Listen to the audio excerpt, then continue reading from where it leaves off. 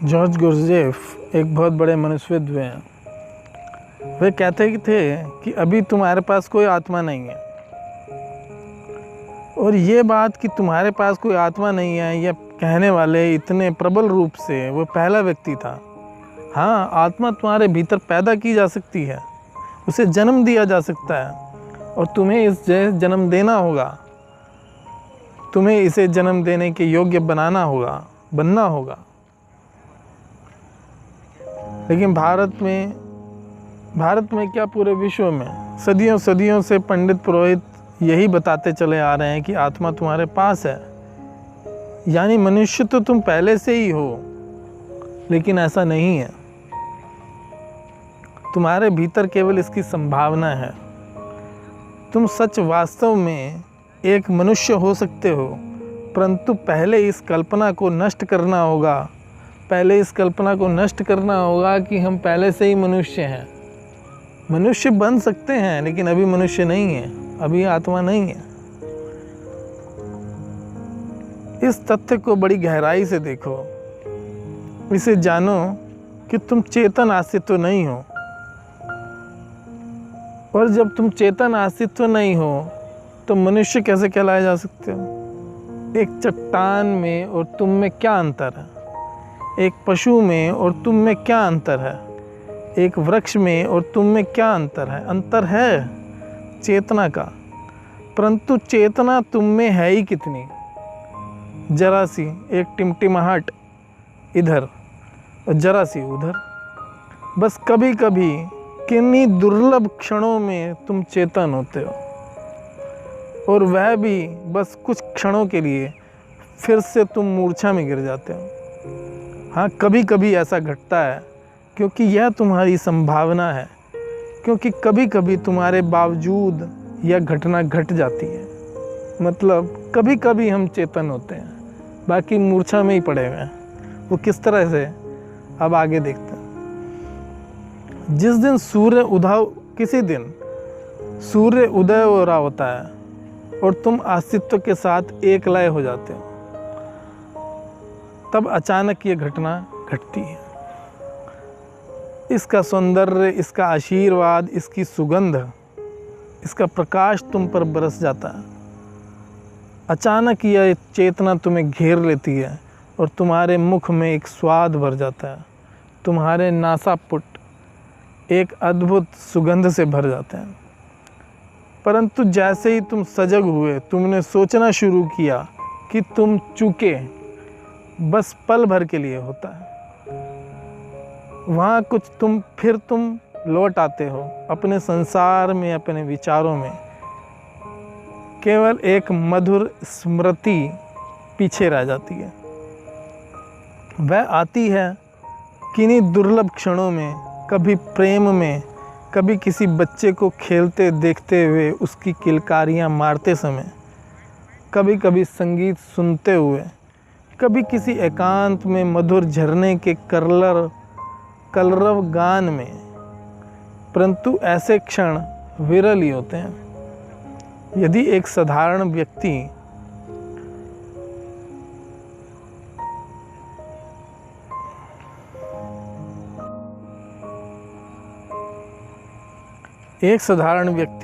अपने समस्त जीवन में जागरूकता के सिर्फ 7 क्षण भी मुश्किल से प्राप्त कर पाता है। और ये काफ़ी अधिक है, सिर्फ 7 क्षण। और यह भी बहुत अधिक है। यह भी बड़ी मुश्किल से, बहुत ही मुश्किल से बस कभी एक किरण प्रवेश करती है, फिर कुछ ही क्षण में वह निकल जाती है और फिर तुम अपनी पुरानी ज़िंदगी में लौट आते हो, पहले की तरह सुस्त और मुर्दा। और ऐसा केवल साधारण लोगों के साथ नहीं होता, हमारे तथाकथित असाधारण लोगों के साथ भी ऐसा ही होता है। अभी एक दिन मैं कार्ल जूंग, जो इस युग के महानतम मनुष्यविद हुए हैं, उनमें से एक विषय में पढ़ रहा था। वो बड़ी हैरानी भी होती है कि ऐसे लोग मनुष्यविद कहे भी जाएं या नहीं। वह बड़ा एक बेचैन व्यक्ति था, बहुत ही अशांत, एक क्षण के लिए भी टिक कर नहीं बैठ सकता था। वह कुछ ना कुछ हमेशा करता ही रहता था। और यदि करने को कुछ भी नहीं है तो वह अपना पाइप पीने लग जाता था। और वह निरंतर धूम्रपान करने वाला व्यक्ति था। एक दिन उसे दिल का दौरा पड़ा और चिकित्सकों ने उसे धूम्रपान बंद करने के लिए बोल दिया कि भैया अब से धूम्रपान नहीं करना है। तो वह तो और बेचैन हो गया, वह तो लगभग पागल जैसा हो गया। वह बस कमरे में इधर से उधर टहलता रहता था या बाहर बगीचे में बिना किसी कारण के घूमता रहता। वह कभी इस कुर्सी पर बैठता, कभी उस कुर्सी पर। अपनी बेचैनी से बचने का एक तथ्य उसे समझ आया। ये पाइप उसकी बहुत सहायता कर सकता है। ये मात्र एक विसर्जन था, अपनी बेचैनी को पाइप की सहायता से मुक्त करना। इसलिए उसने डॉक्टर से पूछा कि क्या मैं खाली पाइप मुंह में रख सकता हूँ? क्या इसकी इजाज़त मुझे मिलेगी, खाली पाइप की? इससे मुझे सहायता मिलेगी। इस बात की डॉक्टर ने उन्होंने अनुमति दे दी और फिर वर्षों तक वह खाली पाइप अपने मुंह में दबाए रखता था। बस यही दिखाता रहता था, दिखावा करता कि वह धूम्रपान कर रहा है। कभी वह उस पाइप की ओर देखता और उसे हाथ में लेता, उसके साथ खेलता। और वह उस युग के महान मनस्विद की बात है। ये महान मनस्विद की बात है। कितनी मूर्छा, यह देखने से ही कितना बचकाना जान पड़ता है। और फिर उसे हम युक्ति संगत ठहराने के उपाय ढूंढते हैं। फिर हम स्वयं से आडंबर करते रहते हैं, हम स्वयं को बचाते हैं और उसकी सुरक्षा करते भी रहते हैं कि हम ऐसा क्यों कर रहे हैं।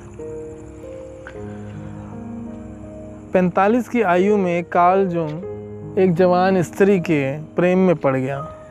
वह एक विवाहित व्यक्ति था, उसकी शादी पहले हो चुकी थी, उसकी एक बड़ी प्यारी पत्नी थी, लेकिन फिर भी 45 की आयु में आके वो एक दूसरी स्त्री के प्रेम में पड़ जाता है।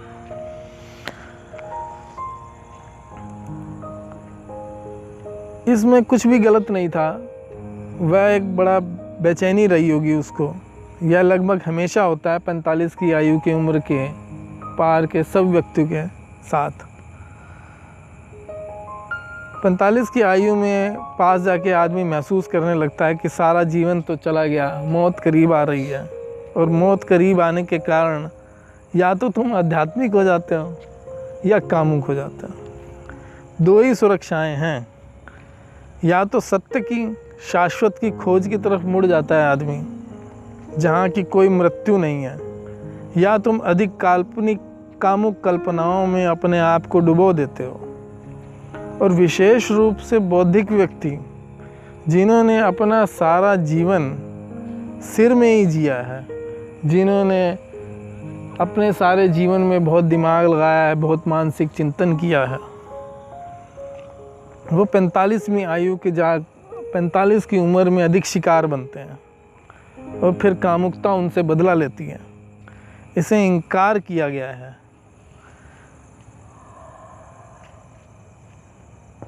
अब मृत्यु समीप आ रही है और फिर कौन जानता है कि तुम यहाँ होगे या नहीं, फिर से ये जीवन होगा या नहीं। यहाँ मृत्यु समीप आ रही है और अभी तक तो तुम अपने सिर से ही जिए हो। कामुकता प्रतिशोध की भावना के साथ फूट पड़ती है। कार्ल गुस्ताव जुंग एक नवयुवती के प्रेम में पड़ गया। अब यह बात तो उसकी प्रतिष्ठा के बिल्कुल विपरीत थी। पत्नी बहुत परेशान थी क्योंकि पत्नी ने उसे बहुत प्रेम किया था, उस पर तो बहुत भरोसा किया था। देखो, लेकिन कार्ल जुंग बहुत मनस्विद था, बहुत मानसिक चिंतन वाला आदमी था। उसके दिमाग ने भी उसे किस सुंदर ढंग से युक्ति संगत ठहरा दिया। उसकी तरकीब देखो, बड़ा ध्यान से सुनना। उसकी तरकीब देखो, उसके दिमाग का सोचना देखो। उसने ये कहा, इस तरह मूर्छित व्यक्ति जिए चला जाता है।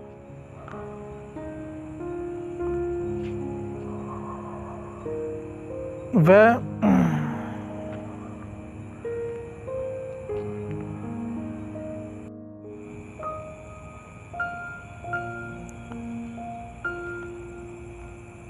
उसने ये कहा कि इसी तरह तो मूर्छित व्यक्ति जिए चला जाता है।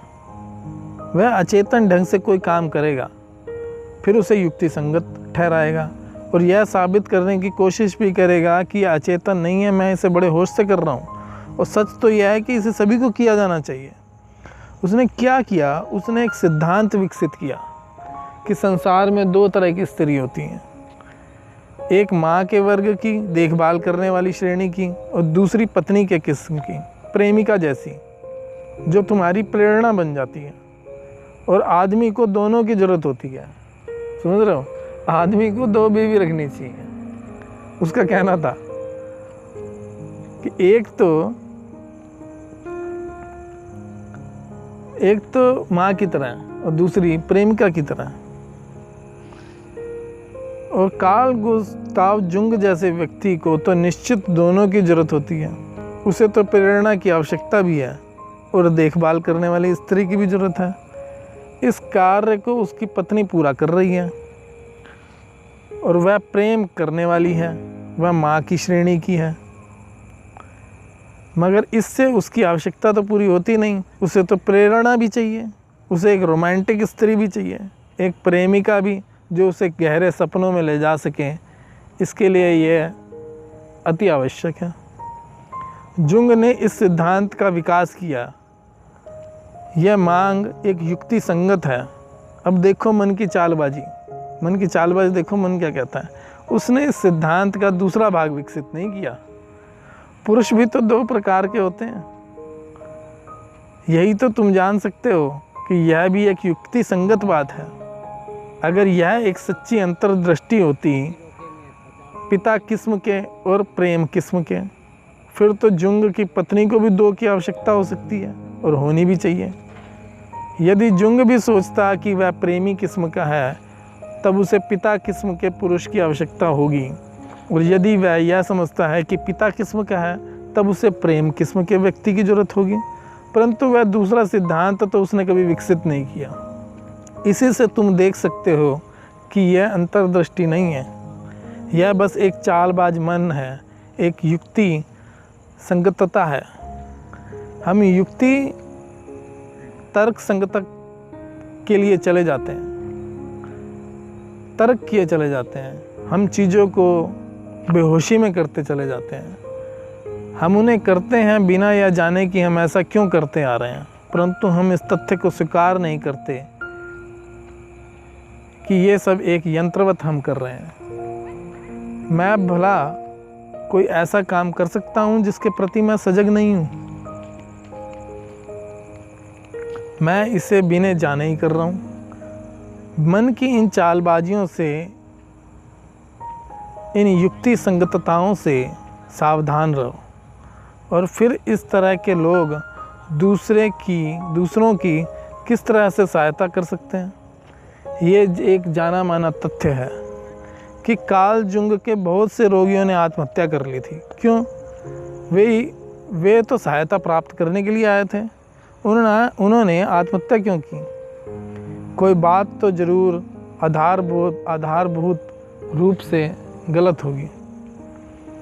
उसका विश्लेषण सब बकवास था, उसकी थ्योरी, उसकी थीसिस सब बकवास थी।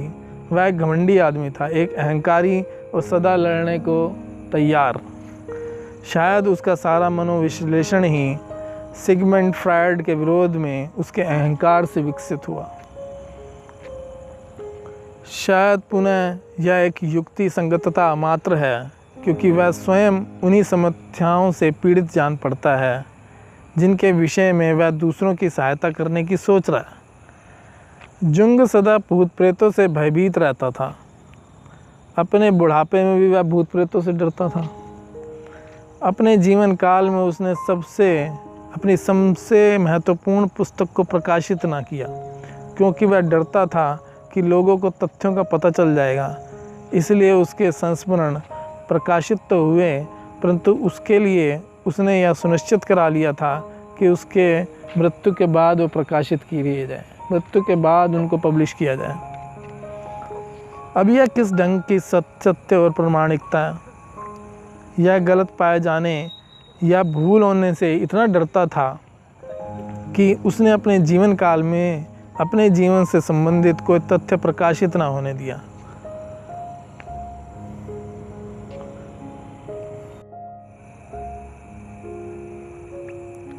गुरजेफ जो है एक भविष्य के मनोवैज्ञानिक की बात करता है, भविष्य के मनोविज्ञान की बात करता है। वह कहता था कि मनोविज्ञान अभी है ही नहीं, क्योंकि ये कैसे हो सकता है, अभी तो मनुष्य ही नहीं है, और जब मनुष्य ही नहीं है तो उसके विषय में मनोविज्ञान कैसे हो सकता है।